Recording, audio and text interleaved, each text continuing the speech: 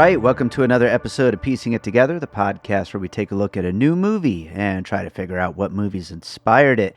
And today on the show, we are talking about Miller's Girl, a very, very ridiculous, sexy thriller starring Jenna Ortega and Martin Freeman.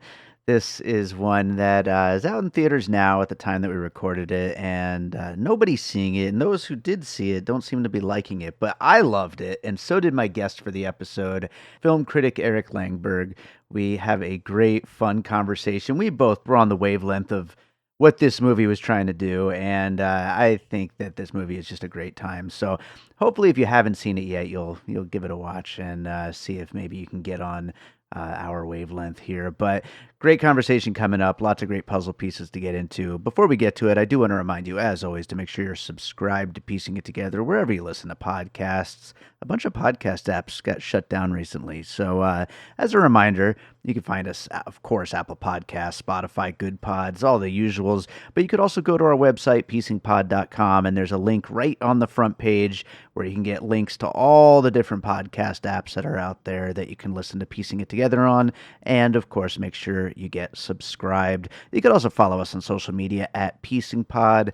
Join our Facebook group, Popcorn and Puzzle Pieces, where we continue the conversation about all the movies we talk about here on the show. And don't forget, we do have a Patreon, the Produced by David Rosen Patreon, where I post bonus and advanced content from Piecing It Together, Awesome Movie Year, and from my music career. Lots of great stuff over there on the Patreon. It's patreon.com/bydavidrosen. Check it out. And with that said, let's get into our conversation about Miller's Girl. All right, this is going to be such a fun one. Joining me today, we've got Eric Langberg to talk about Miller's Girl. Eric, thanks so much for coming back to the show. It's great to be back. This movie, I don't even know where to start with this one. What a wild ride.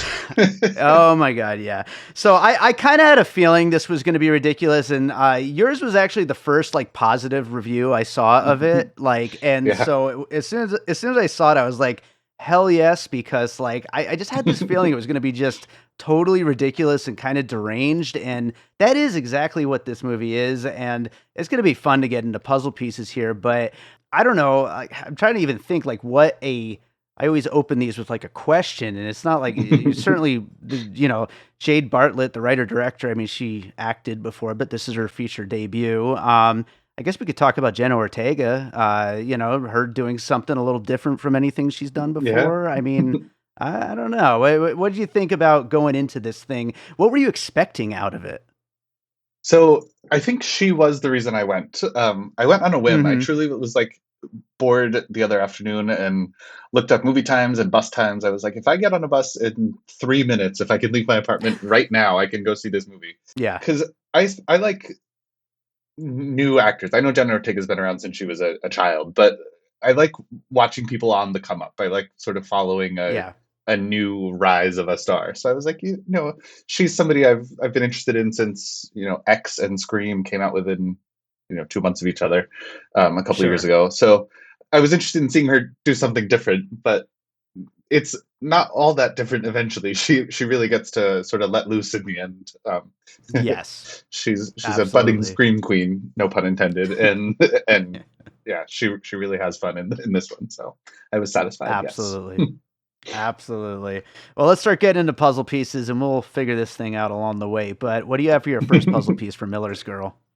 So first up, I've got Wild Things. Sure. Thinking about high school student-teacher relationships with, lesbian overtones, specifically lesbian overtones used as, titillation for a straight male teacher.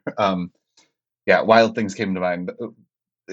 I think both have try to have it both ways, right? Where there's like the slightest bit of like critique through these tropes, but then also it wants you to be entertained and titillated by everything at the same time.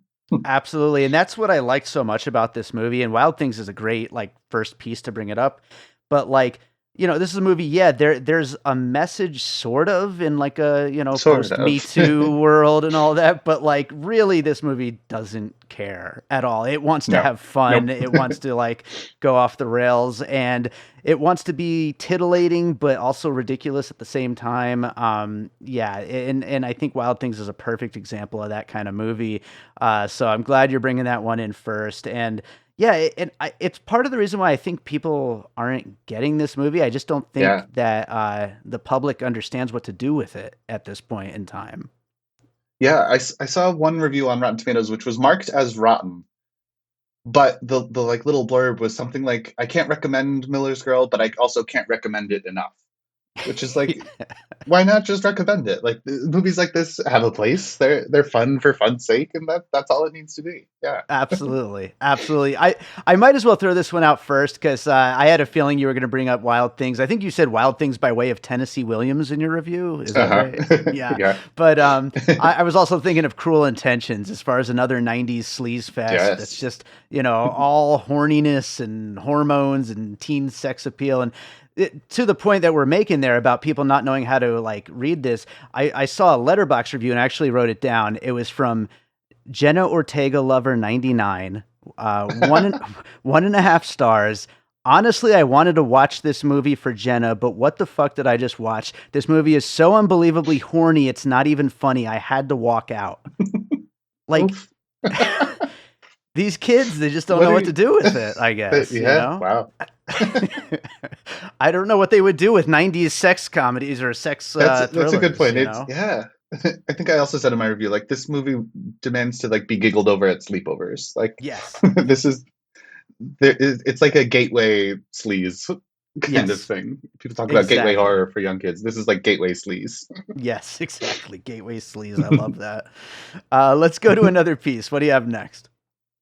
So I said Tennessee Williams in my review, but in thinking about and I meant to look up how to pronounce her name. The woman from Succession, Dagmara Dominczyk, Yeah. maybe. The Um, star of this movie, by the way. yeah, her performance in Yeah. Miller's Girl is incredible. She's Yeah. drunk the entire time. She's in like lingerie and satin robes, just like swanning around her house with this insane Southern drawl. Yeah. So at first it reminded me of Elizabeth Taylor in Cat on a Hot Tin Roof, but in Mm. thinking about it more, my next puzzle piece is Who's Afraid of Virginia Woolf, rather. Yes. Um, Not Tennessee Williams, but I believe Edward Albee.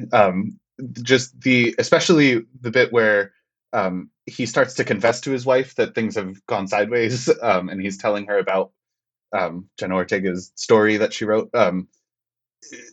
Dagmara's character sort of turns it into this like psychosexual role play moment for the two of Yeah. them in a way that really reminds me of George and Martha and Who's Afraid of Virginia Woolf. Just really leaning into the like uncomfortable mind games of it all.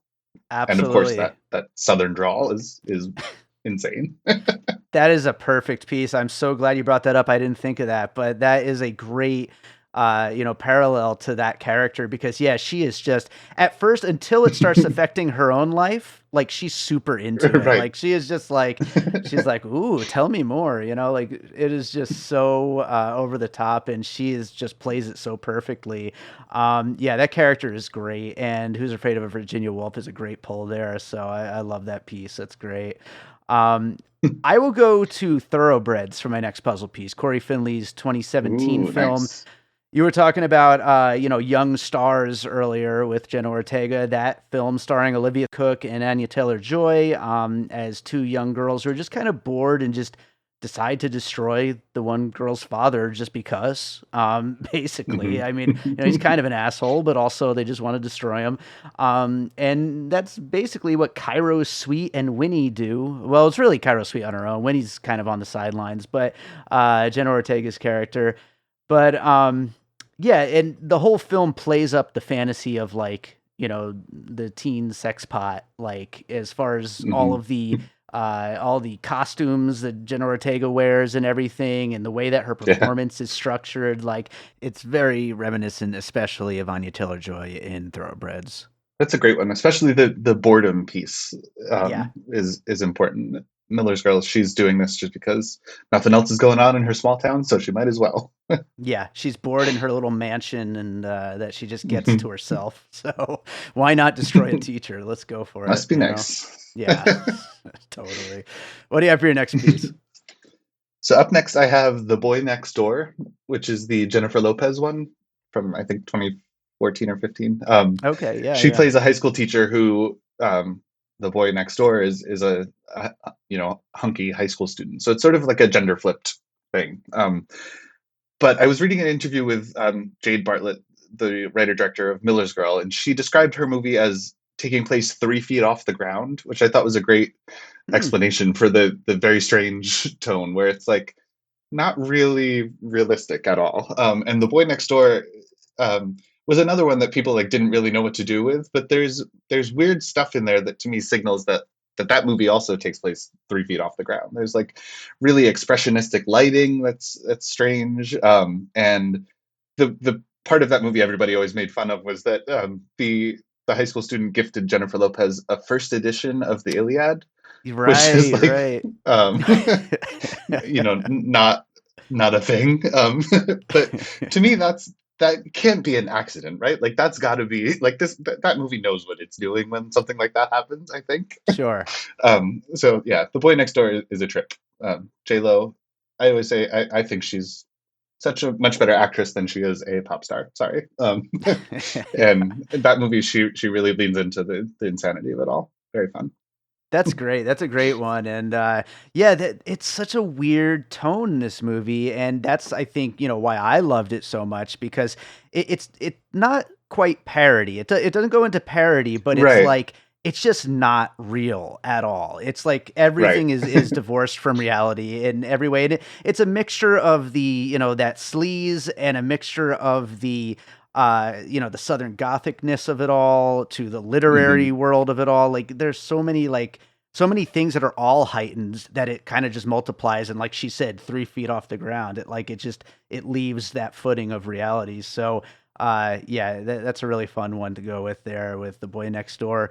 I will go with a pretty obvious one, I think, but last year's Deep Water, the return of Adrian Lynn to this Oh somewhat yes. dormant erotic thriller genre, which did not quite work, but because it was just so funny. Ben Affleck and Ana de Armas are just everyone's taking it way too seriously, and it just turned into this big comedy. And I actually kind of loved it for the same reason I'm loving Miller's Girl. Honestly, like it's just like Yeah. hilarious, and I don't think that that's what they were going for, though. And a lot of people, gave it really bad reviews, but it was just such a fun time because of how, divorced from reality it all is. And it's very difficult in 2024 to treat a sexual thriller with, any kind of seriousness. Like everything is Yeah. just so ironic nowadays. And, everybody is just, I don't even know how to describe like where we are as a culture at this point, but like,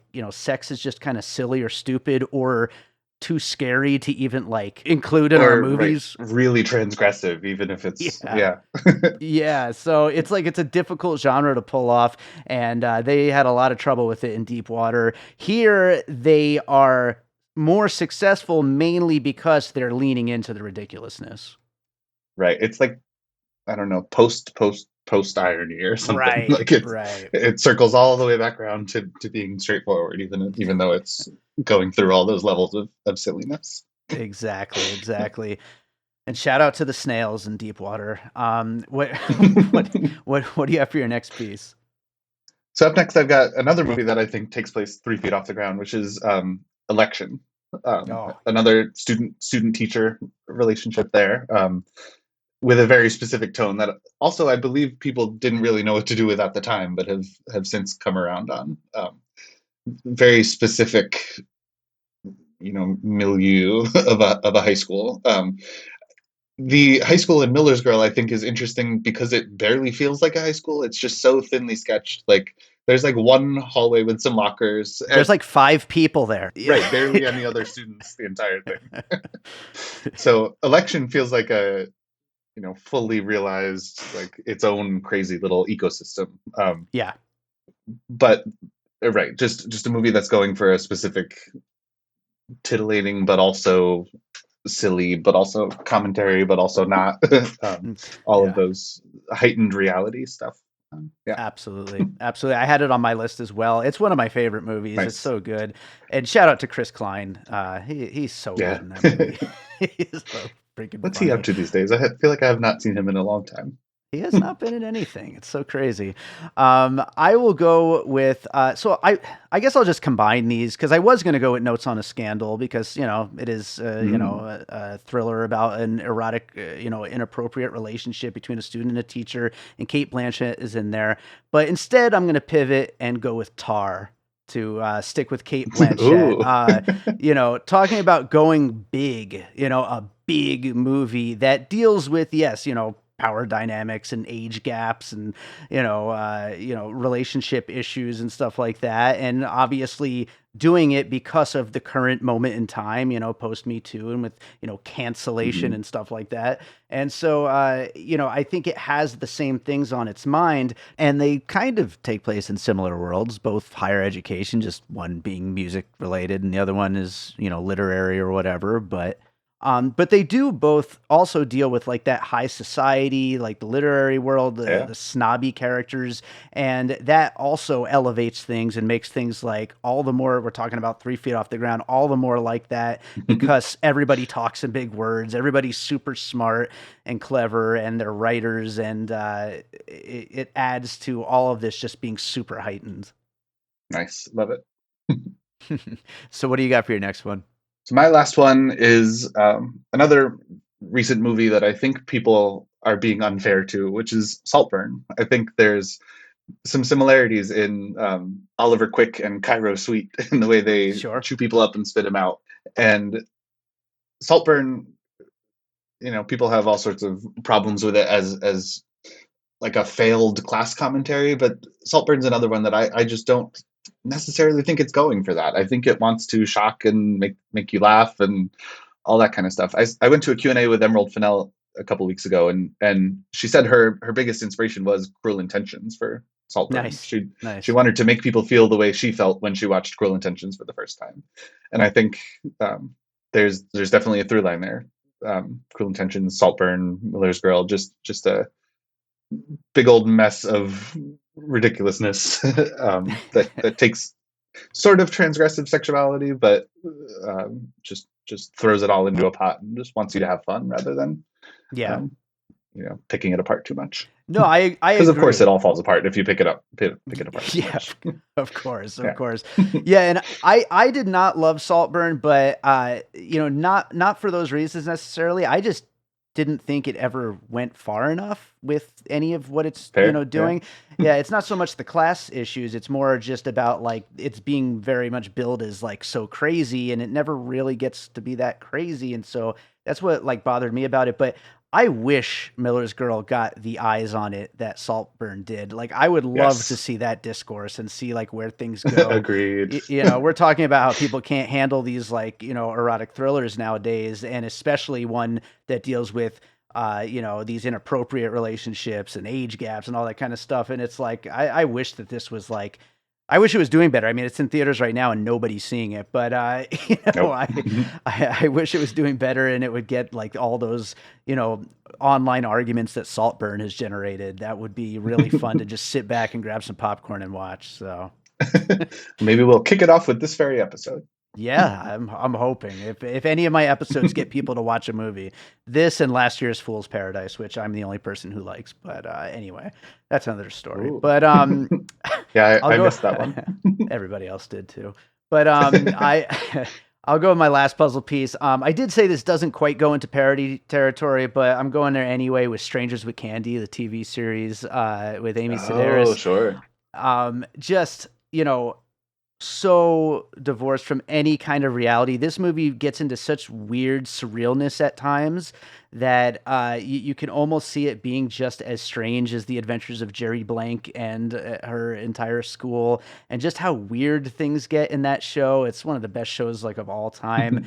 And everything is super horny, but it's also like at a distance, but it's also like on the nose at many times. And other things like that we didn't even like mention here, things like the best friend teacher character who is just in a completely different movie than Miller's Girl, but he's so funny. And I mentioned Winnie earlier, just baking but his biscuits and living his life. He's just baking his biscuits, and then everyone loves biscuits in this movie because then you've got Winnie with her chicky bickies and a Cokie. I mean, that is dialogue right out of Strangers with Candy if I've never heard any. I mean, it's just so crazy. And then, we already mentioned the wife, Beatrice, Dagmara, Dominczyk. Some of her lines are just amazing. Teenage girls are full of emotional violence and vituperation. I don't even know what that means. Just amazing stuff. But it's so over the top. Strangers with Candy is one of my favorite shows of all time. So I just wanted to throw that one in here. That's a great point. So much of the fun in Miller's Crossing, Miller's Girl comes from how people say things, like the way these actors are getting their mouths around this dialogue and the southern drawls and the chicky bicky. Ridiculous. Yeah, love it. Actually, to that point, another line that it was actually the moment when I knew I was like, okay, this movie is definitely for me. It's when the two teachers are sitting by the bleachers and in comes Jenna Ortega walking out of the foggy forest, and the one teacher says to the other, "Do you think there's ghosts in there?" Like pointing to the fog in the forest, and I'm just like, what is going on? What is going on with this movie? This is amazing. So, anyway, I'll read down our list of puzzle pieces here. We'll get into some closing thoughts on Miller's Girl. We talked about Wild Things and Cruel Intentions. Then we went on to Who's Afraid of Virginia Woolf, Thoroughbreds, The Boy Next Door, Deep Water, Election, Tar, Saltburn, and Strangers with Candy. This is like a weird one to kind of wrap up just because it's like, like I was saying earlier, it knows that there's, a conversation about these kinds of relationships happening in the ether right now that, everybody wants to talk about, but it's just not interested at all in having that conversation in that way. And that's why I think people don't like it, but that's exactly why I liked it. So amen to that. I don't know. That's my closing thought. Anything else to add, do you think? I guess just to sort of take it back to what I was saying at the beginning, I love that Jenna Ortega did this, and I hope that it's not, as she gets a bigger and bigger, she becomes a bigger and bigger star. I hope it's not the last time she takes on such a weird little project like this. I want to see her in more stuff like this and less Wednesday on Netflix. Sorry. Yeah, absolutely. I completely agree. And I think that's a good place to wrap up Miller's Girl. Is there another movie you watched recently you'd like to recommend to our listeners? That is a great question. Yeah, I saw The End We Start From the other night, which is Jodie Comer as a mother. She sort of, literally gives birth as London floods due to some sort of climate catastrophe. And so most of the movie is her with this newborn infant sort of as like a climate refugee, trying to make her way to safety in England. And it's sort of very quiet and personal. Nothing at all like Miller's Girl, really, but it's very beautiful. I didn't watch Killing Eve. I don't think I had ever seen Jodie Comer act before, but she's incredibly compelling. Just her against the elements and against a society that's falling apart around her. Very good. Another smaller movie that's not really getting much pickup. So The End We Start From. Terrible title. Good movie. Yeah, pretty bad title. But I do want to see that. I've heard good things about it. So right on. Good recommendation there. Eric, tell people where they can find you and your writing. Yeah, I am still on Twitter, unfortunately. Mr. E. Anders. And then I am a freelance critic, but I write for myself. I have my own Medium publication on Rotten Tomatoes. And it's everythingsinteresting.press. Right on. Well, hey, thank you so much for doing this. Thank you so much for writing your review, which made me decide I'm not listening to the other critics. I'm going to watch this movie. I'm so glad. That's why I do it. And hopefully we'll get you back again sometime. Sounds great. Anytime. All right. right, so that does it for our episode on Miller's Girl. Thank you to Eric Langberg for joining me on that one, and thank you to all of you for listening. If you're enjoying piecing it together, make sure you are subscribed wherever you listen to podcasts. You could follow us on social media at PiecingPod, and don't forget to join our Facebook group, Popcorn and Puzzle Pieces. It's a fun community filled with movie lovers. No trolls whatsoever, just cool people who want to talk about movies. I keep it closed so that way we keep out all the internet riffraff. And yeah, it's a fun place. So come check us out. It's Popcorn and Puzzle Pieces on Facebook. And other than that, just thank you so much for being out there and listening. I told you about the Patreon at the top of the show. If you want to support the show, you can do that. We also have a Vouch store. You can check it out at vouch.store/piecingittogether. We're selling some coffee and some mixed drink packages and a bunch of other stuff too. A lot of really cool products, and I've been drinking the coffee from there for like the past couple of weeks, and it is great stuff. So, if you're looking for some of that kind of thing and you want to support the show, check it out. There's also a link in the show notes. And just keep on listening. I appreciate you being out there. Let's close this out with a piece of music like I always do. And I gotta find something sexy for this one to go with Miller's Girl, this ridiculous movie. I'm going to play, this actually does have a bit of a sexy kind of vibe to it. It's a track from my 24 for 2024. I don't know if this one will be out by the time this episode goes up. I don't think so. I think this is a preview of a song that will be out soon. As you know, if you've been listening to the show, I'm releasing a new single on the first and third Friday of every month of 2024. 24 singles in total. That's 24 for 2024. And this one is coming out sometime in March. It's called Afterglow. I'm saying sometime in March. This episode might be out in March. I don't know. But anyway, it's scheduled for March at the time I'm recording this. It's a song called Afterglow. I think it'll be a good fit here, and I really love this track. So I hope you enjoy it. All of the 24 for 2024 songs are up on Spotify. There's a playlist there that you can follow. And of course, they're on all of the other streaming services as well. Thanks as always for listening. We'll be back with more Piecing It Together real soon.